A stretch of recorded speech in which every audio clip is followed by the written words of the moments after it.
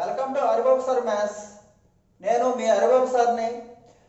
నేను ఏపీఎస్ఐ మరియు తెలంగాణ ఎస్ఐకి స్పెషల్ ట్రైనర్గా ఉంటున్నాను. అలాగే మన ఆర్ఆర్బి ఎన్టీపీసీ మరియు గ్రూప్ డి ఎగ్జామ్లకి స్పెషల్ ఎక్స్పెక్టెడ్ క్వశ్చన్స్ మరియు ప్రీవియస్ ఇయర్స్ క్వశ్చన్స్ మనం డిస్కస్ చేస్తున్నాం. ఆల్రెడీ కాలము పని అనే చాప్టర్ మనం కంప్లీట్ చేసాం. ఇంగ్లీష్ మీడియం వాళ్ళకి ఈ బిట్స్ డిస్క్రిప్షన్లో ఉంటాయి ఫ్రెండ్స్, డిస్క్రిప్షన్లో ఉంటాయి చూడండి. డిసెంబర్ 15 అంటే నిన్న ఐసోలేటెడ్ కేటగిరీ ఎగ్జామ్ జరిగింది. అది గ్రూప్ డి ఎగ్జామ్కి పోలిక. అంతేగాని మీరు ఇంత ఈజీగా వస్తున్నాయి మ్యాథ్స్ బిట్లు అని మాత్రం అనుకోవద్దు. ఎందుకంటే ఎన్టీపీసీ ఎగ్జాము CBT 2 వచ్చి 5 ఎగ్జామ్లు ఉంటాయి. అంటే లెవెల్ బట్టిస్తాడు. కాబట్టి ప్రతి లెవెల్కి మనం మ్యాచ్ అయ్యేలాగా మన ఛానల్లో highly expected highly intensive thinking solutions అనేవి ఉంటాయి, హిట్స్ అనేవి ఉంటాయి. అవి మీరు చూడండి. ఇప్పుడు మనం ఈ క్వశ్చన్ చూద్దాం. ఈ క్వశ్చన్ చాలా ఈజీ. రైల్వే ఎన్టీపీసీ 16 ఏప్రిల్ 2016లో వచ్చింది ఈ క్వశ్చన్. చూడండి ఫ్రెండ్స్, కొంత సొమ్మును Y% చొప్పున Y సంవత్సరాల పాటు సాధారణ వడ్డీకి ఇచ్చిన వచ్చు వడ్డీ Y రూపీస్. అయితే అసలు ఎంత అన్నాడు. చాలా ఈజీ. ఇంగ్లీష్ మీడియం చదువుతాం చూడండి. The simple interest of a principal at the rate of Y% for Y years is Y rupees. Find the principal అన్నాడు. Simple friends, simple interest is equal to SI PTR/100.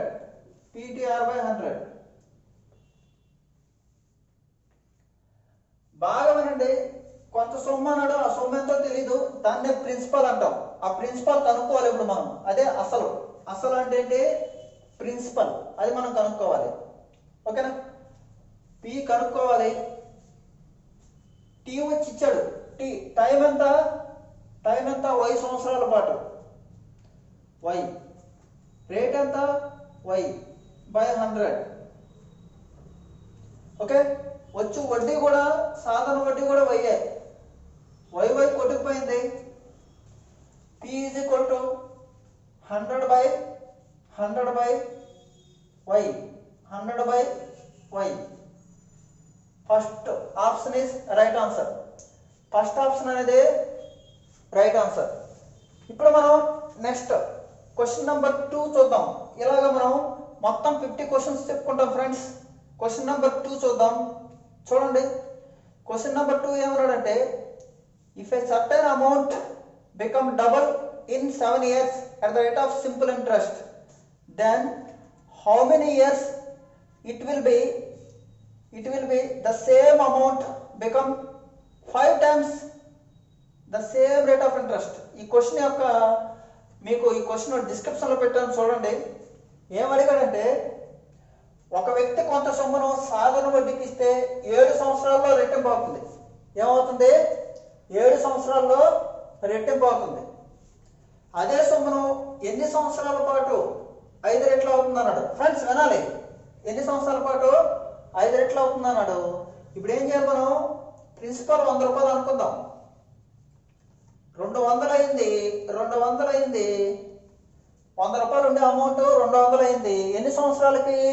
7 సంవత్సరాలకి. ఎన్ని సంవత్సరాలకి? 7 సంవత్సరాలకి. కానీ 5 రెట్లు అవ్వాలంట. 5 రెట్లు అవ్వాలంటే 500 అవ్వాలి. 500 అవ్వాలి. వడ్డీ ఎంత రావాలి? 400 రావాలి. 100 రూపాయలు వడ్డీ సంపాదించడానికి 7 సంవత్సరాలు. చూడండి, 100 రూపాయలు 200 అయిందంటే వడ్డీ ఎంత? 100 రూపాయలు. 100 రూపాయలు సంపాదించడానికి మీరు 7 సంవత్సరాలు ఖర్చు పెట్టారు. అలాగే 400కి ఎంత? సింపుల్ కదా. 100కి 7 సంవత్సరాలు అయితే 400కి ఎంత సార్? 400కి ఎంత సార్? 28 ఇయర్స్. 400కి ఎంత? 28 ఇయర్స్ అనేది రైట్ ఆన్సర్ అవుతుంది. క్లియర్గా నోట్ చేసుకోండి ఫ్రెండ్స్. ఇప్పుడు క్వశ్చన్ నెంబర్ 3 చూద్దాం. A sum at simple interest 5% per annum becomes 8/5 of itself in how many years? Simple question ఇది. ఇది ఆర్ఆర్బి సికింద్రాబాద్ 2016లో ఇచ్చాడు. ఒక వ్యక్తి కొంత సొమ్మును 5% సాధారణ వడ్డీకి ఇస్తే ఆ సొమ్ముకు 8/5 రెట్లు ఎన్ని సంవత్సరాల కాలంలో అగును? ఎన్ని సంవత్సరాల కాలంలో అగును? సింపుల్ కదా. చూడండి ఫ్రెండ్స్, ఎప్పుడైనా సరే ప్రిన్సిపల్ తెలియకపోతే 100 అనుకోండి. ఏమోలే 8/5 రెట్లు అయింది. 8/5 అంటే 160 రూపాయలు అయింది. 100 రూపాయలు అనుకున్నాం, 160 రూపాయలు అయింది. వడ్డీ ఎంత వచ్చింది? 60 రూపాయలు. ఈ 60 రూపాయలు అనేది 5% చొప్పున, 60 రూపాయలు 5% చొప్పున అయితే, 60 రూపాయలు 5% చొప్పున అయితే ఎన్ని సంవత్సరాలు పడుతుంది? ఎన్ని సంవత్సరాలు పడుతుంది? ఎన్ని సంవత్సరాలు పడుతుందమ్మా? 12 ఇయర్స్. ఎన్ని సంవత్సరాలు పడుతుంది? 12 ఇయర్స్ అనేది రైట్ ఆన్సర్.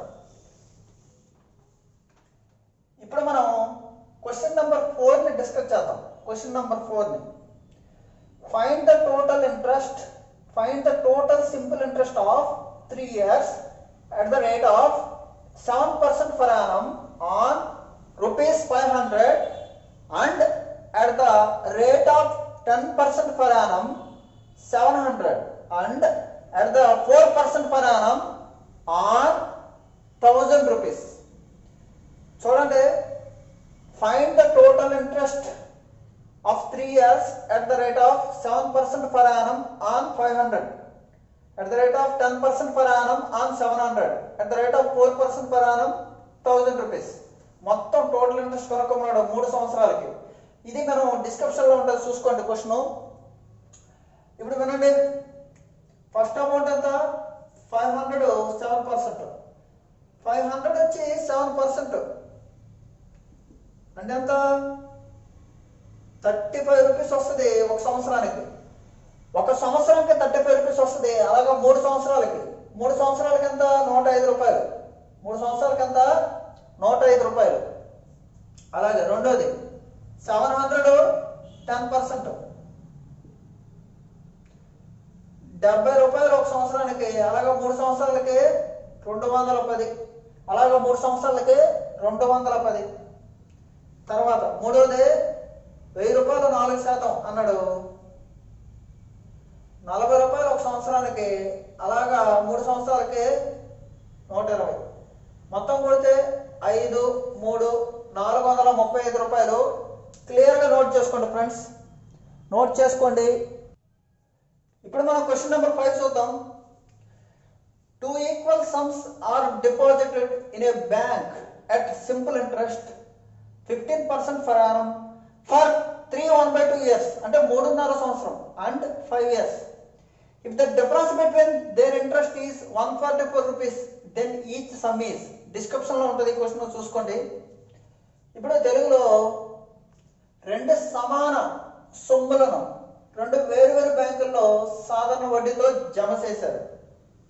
మొదటిది 15% చొప్పున 3.5 సంవత్సరాల పాటు, రెండవది అదే రేటుతో 5 సంవత్సరాల పాటు సాధారణ వడ్డీకి ఇచ్చిన వచ్చు వడ్డీల మధ్య భేదం ₹144. అయితే అసలు ఎంత అన్నాడు?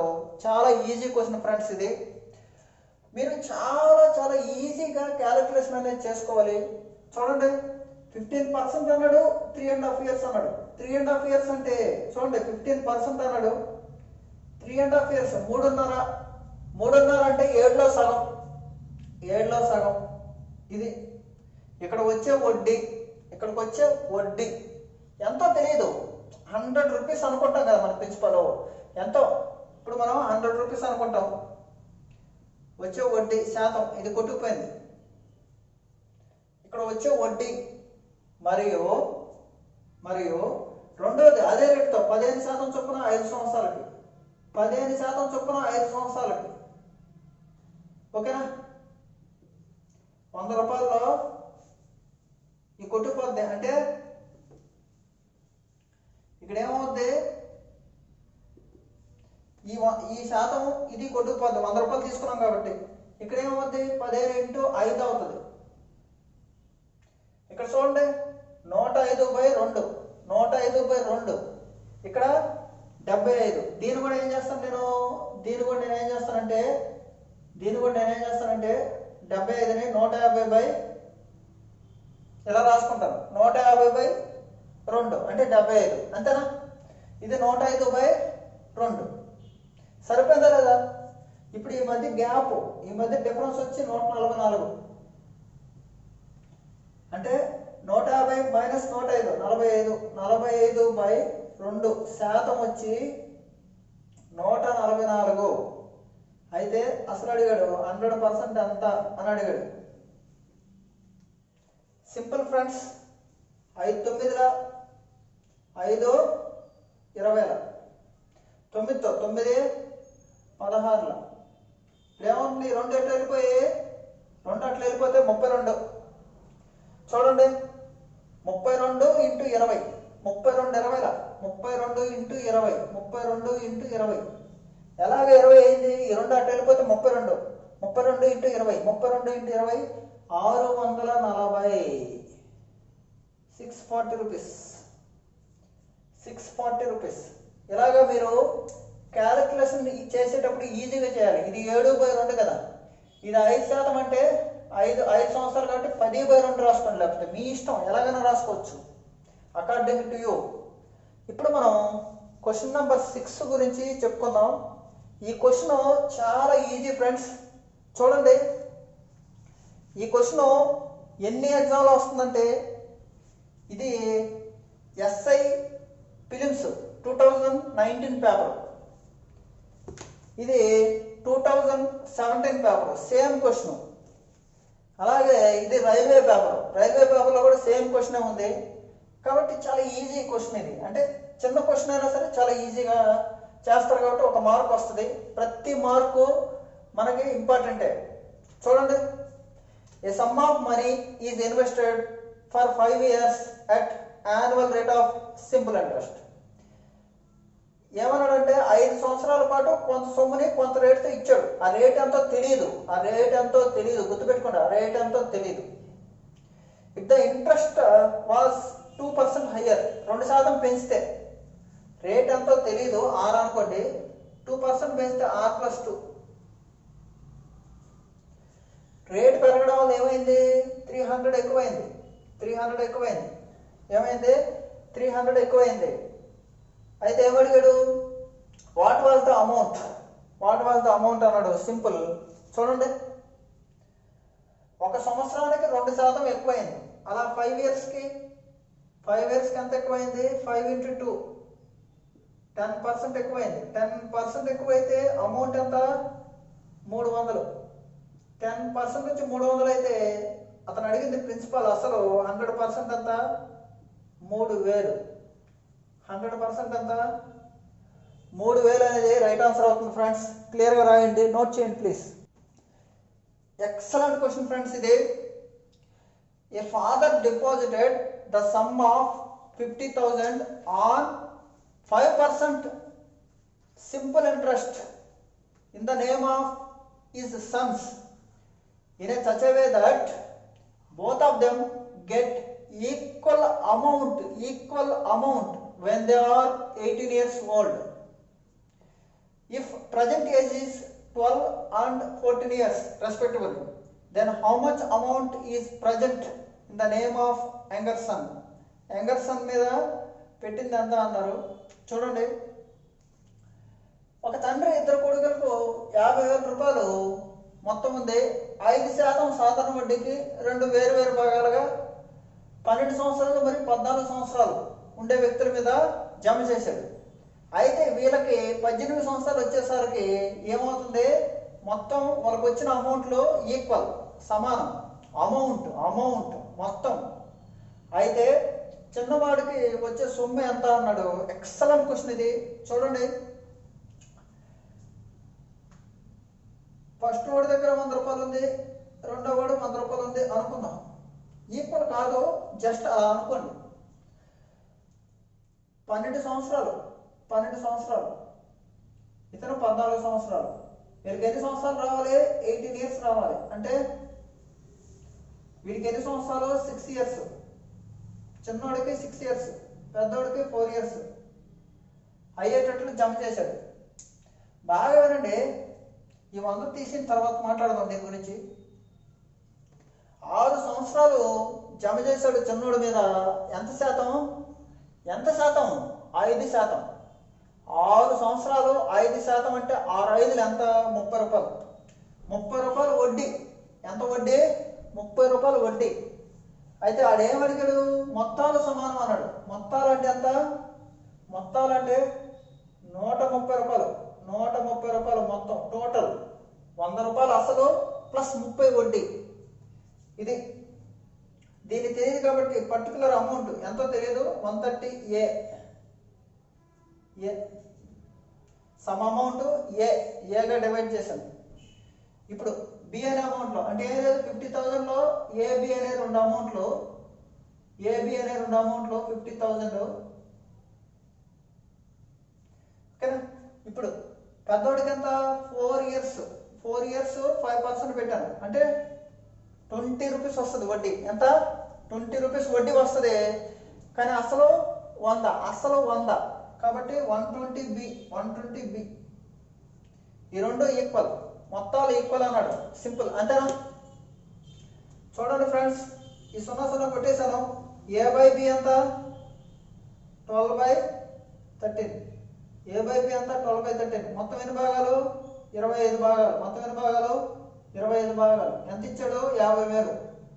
25 భాగాలు 50,000 అయితే ఒక భాగం వచ్చి ఎంత? 2,000. ఒక భాగం వచ్చి ఎంత? 2,000. ఒక భాగం వచ్చి 2,000. అతను అడిగింది ఏంటి? చిన్నవాడికి జమ చేసింది ఎంత? చిన్నవాడు అంటే ఏంటి? 12 ఇయర్స్ బాయ్. చిన్నవాడు అంటే ఏంటి? 12 ఇయర్స్ బాయ్. ఫస్ట్ వాడు. ఓకే, ఏ అంటే 12 భాగాలు ఎంత? ఒకటి వచ్చి 2,000 అయితే 12 భాగాలు ఎంత?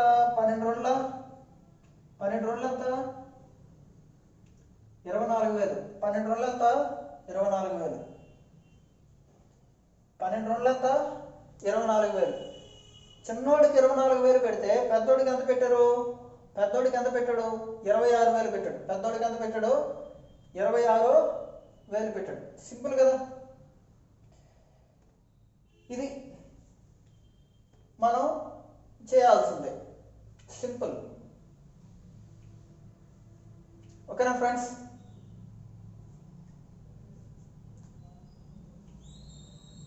Next question number 8.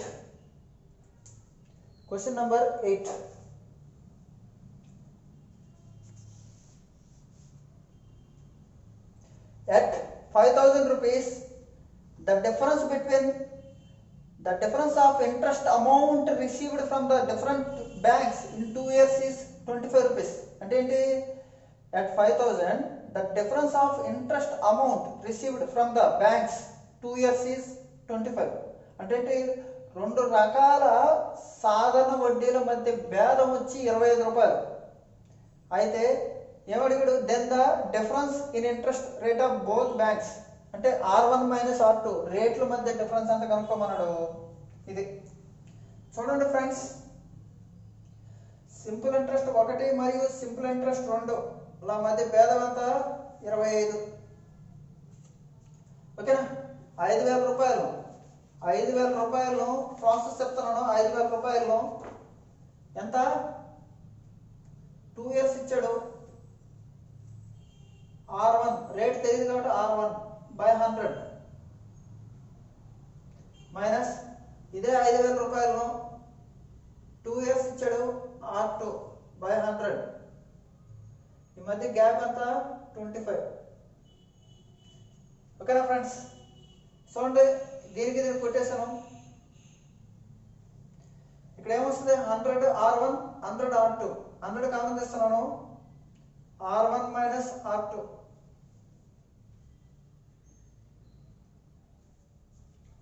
25. అవునా కదా? సింపుల్. చూడండి, ఇది 5,000 రూపాయలు. రేట్ పర్సెంట్ అంటే మనం ఏం చేస్తాము? పర్సెంటేజ్కి దీనికి కొట్టుకుపోద్ది. అవసరం లేదు, ఇది పక్కన పెట్టండి. R1 మైనస్ R2 ఏమవుతుంది? 25/100 అంటే 0.25%. 0.25%. ఎంత ప్రాసెస్ ఇది వద్దు, చాలా ఈజీ చెప్తాను చూడండి. 2 సంవత్సరాలకు అన్నాడు 25 రూపాయలు అన్నాడు. ఓకేనా, 5,000 రూపాయలు ఉంది, 5,000 రూపాయలు ఉంది. బాగా వినండి ఫ్రెండ్స్, మనకి 25 రూపాయలు రావాలి 5,000 రూపాయల నుంచి. ఎలా వస్తుంది? 2 సంవత్సరాలకి 2 5 10, 2 5 10 అంటే పర్సంటేజ్ చేసి లేకపోతే 2 5 10, 1 వస్తుంది. ఇక్కడ 25 రావాలి, 25తో మల్టిప్లై చేయాలి, తప్పదు. 0.25%, 0.25% అంతే. అడిగింది rate of interest, R1 minus R2, ఇంట్రెస్ట్లో మధ్య తేడా కాబట్టి 0.25%.